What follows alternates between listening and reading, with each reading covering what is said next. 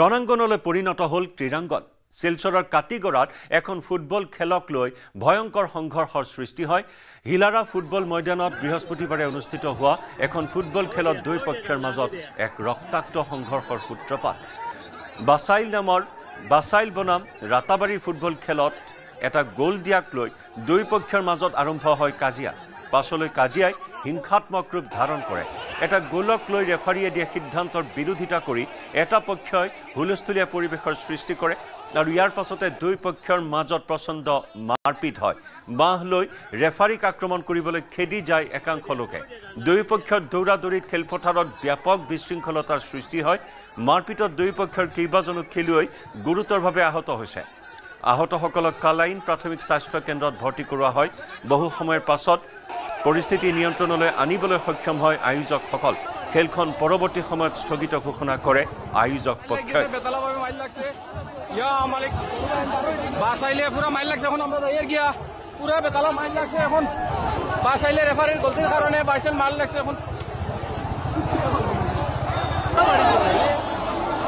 হিলাৰা ইন্টাক ফিল্ডৰ এখন দেখোন মাইল লাগিছে বেতালাভাৱে মাইল লাগছে ইয়া মালিক বাছাইলে পুৰা মাইল লাগছে এখন আমরা এর গিয়া পুরা বেতালা মাইল লাগছে এখন বাছাইলে রেফারির গলতির কারণে বাইসেল মাইল লাগছে এখন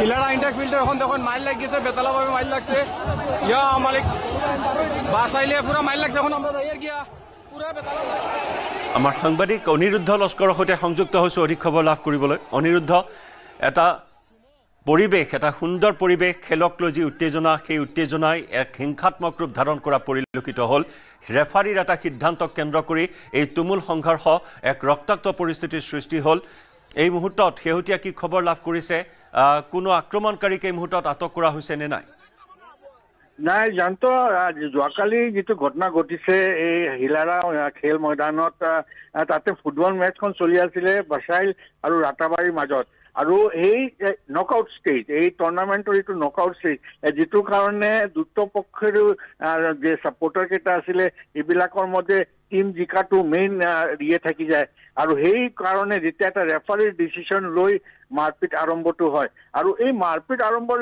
পাছতো বহুত যে কন্ট্ৰোলত কৰিছে যদিও অৰ্গানাইজাৰ্ছ কিন্তু পুলিচ তাতে বহুত কম আছিল পুলিচ এৰেঞ্জমেন্টটো তাতে নাছিলে যেটো কাৰণে এই ধৰণৰ এটা পৰিস্থিতি সৃষ্টি হৈছে আজিকালি এই গোটে কাছৰত বহুত কেইটা টুৰ্নামেন্ট চলি আছে খালি এইটো হিলাৰাত নহয় 7 সেপ্টেম্বৰ ধলাইত মাতৃভূমি কাপৰ ফাইনেল হ'ব এইটো এটা ডাঙৰ টুৰ্নামেন্ট চলি আছে তাতে এনেদৰে পৰিস্থিতিখন চাই যোৱাকালি যেটো হিলাৰাত হৈছে এতিয়া কেনেদৰে মানে এৰেঞ্জমেন্ট কৰা হ'ব সব কেইটা ফুটবল গ্ৰাউণ্ডত অনিৰুদ্ধ যি দুটা দলৰ সমৰ্থকৰ মাজতে এই মাৰপিটৰ ঘটনা সংঘটিত হ'ল কেইবাগৰাকী খেলুৱৈও আঘাতপ্ৰাপ্ত হোৱা বুলি জানিব পৰা হৈছে গতিকে উভয় পক্ষৰ কিমানজন লোকে আক্ৰমণ প্ৰত্যাক্ৰমণত আঘাতপ্ৰাপ্ত হৈছে একদম ঠিক যোৱাকালি যেটো ঘটনা ঘটিছে দেখিছে পুৰো মাঠখন এটা ৰণাঙ্গন অৱস্থা আছিল যেটো কাৰণে কাক কোনে মাৰি আছে তেতিয়া এনেকুৱা এটা পৰিস্থিতি নাছিলে কিন্তু বহুতজন আঘাত পাইছে তাত ফাৰ্স্ট যেটো হৈছিল কালাইন প্ৰাথমিক ইয়াত হেলথ চেণ্টাৰত লৈ যোৱা হৈছিল এইবিলাকক তাৰ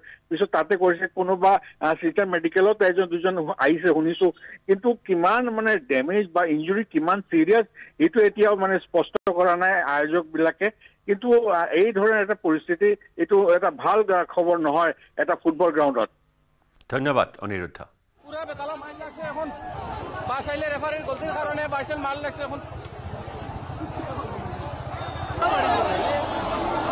হিলাৰা ইন্টাক ফিল্ডৰ এখন দেখোন মাইল লাগিছে বেতালাভাৱে মাইল লাগছে ইয়া মালিক বাছাইলে পুরা মাইল লাগছে এখন আমরা এর গিয়া পুরা বেতালা মাইল লাগছে এখন বাছাইলে রেফারির গলতির কারণে বাইসেল মাইল লাগছে এখন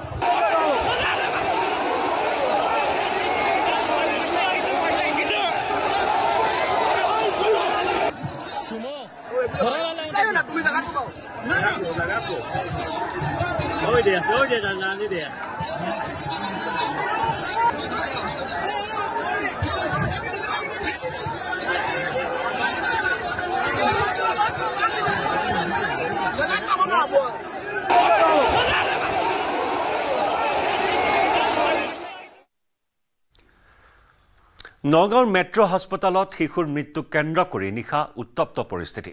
শিশুটিৰ মৃত্যুৰ পিছতো ধনৰ বাবে হাস্পতালখনত নিশালৈ ৰখাৰ অভিযোগ পৰিয়ালৰ। দিনৰ 11 বজাতে মৃত্যু হোৱা শিশুটি নিশা পৰিয়ালে তৰ্ক বিতৰ্ক কৰাত চিকিৎসকে মৃত ঘোষণা কৰাত গুৰুতৰ অভিযোগ উত্থাপন হয়। ব্যক্তিগত হাস্পতালখনৰ ICUত মৃত্যু হৈছিল এটি 7 বছৰীয়া শিশুৰ। ধনৰ বাবে শিশুটি মৃত ঘোষণা নকৰাৰ অভিযোগ তুলি পৰিয়ালে সৃষ্টি কৰে উত্তপ্ত পৰিস্থিতিৰ। নিশাই ঘটনাস্থলীত উপস্থিত হয় জিলা প্ৰশাসন তথা নগাঁও আৰক্ষী। ঘটনাটো গুৰুত্ব সহকাৰে লয় নগাঁও জিলা আয়ুক্ত দেৱাশিষ শৰ্মাই। লগতে ঘটনাৰ তদন্তৰ নিৰ্দেশ দিছে নগাঁও আৰক্ষী অধীক্ষক স্বপ্ননীল ডেকাই।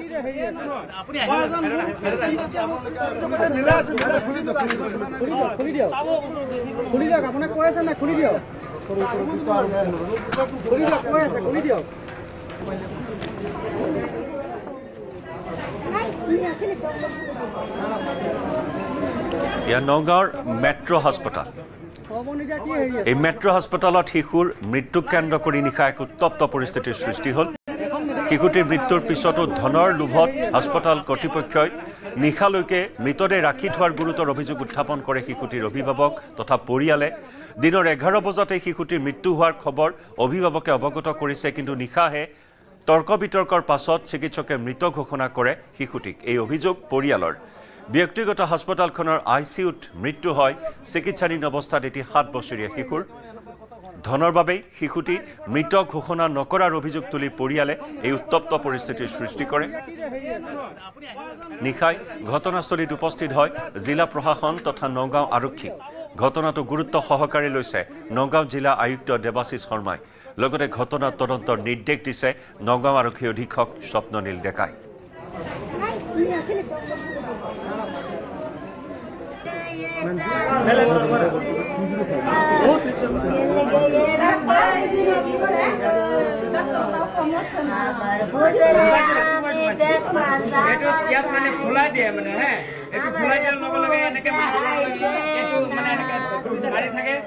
জিন্দা আছে বুলি মানুহক কৈ দিয়ে এইটো জিন্দা হৈ গ'ল। মোক 11 বজাত মাতিছে, কৈছে হলে গুৱাহাটী নিব লাগিব নহলে তেজপুৰ নিব লাগিব, এইটো জিন্দা আছে, সিৰিয়াছ হৈ আছে। ইয়াত থাকিলে বেছি হ'ব, টকা বেছি হ'ব, 20,000কে হ'ব। এতিয়া মানে এইটো কেনেকে খুলি দিয়ে ইয়াত দিলে মানে এনেকে চিপি দিলে এইটো খুলি যাব, এইটো খুলি যাব।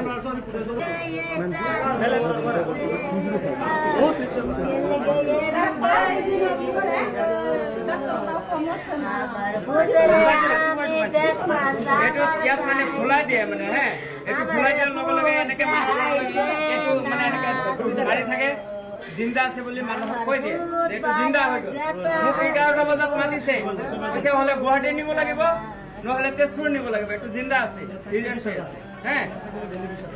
ইয়াত থাকিলে বেছি হ'ব, টকা বেছি হ'ব, 20,000কে হ'ব। এতিয়া মানে এইটো কেনেকে খুলি দিয়ে ইয়াত দিলে মানে এনেকে চিপি দিলে এইটো খুলি যাব, এইটো খুলি যাব।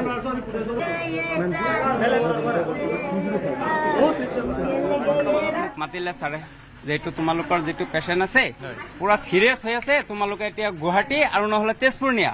তেতিয়া আমি কৈছো ঠিক আছে, আমি তেজপুৰ বা গুৱাহাটী লৈ যাম, আপোনালোকে ৰিলিজ দি দিয়ক।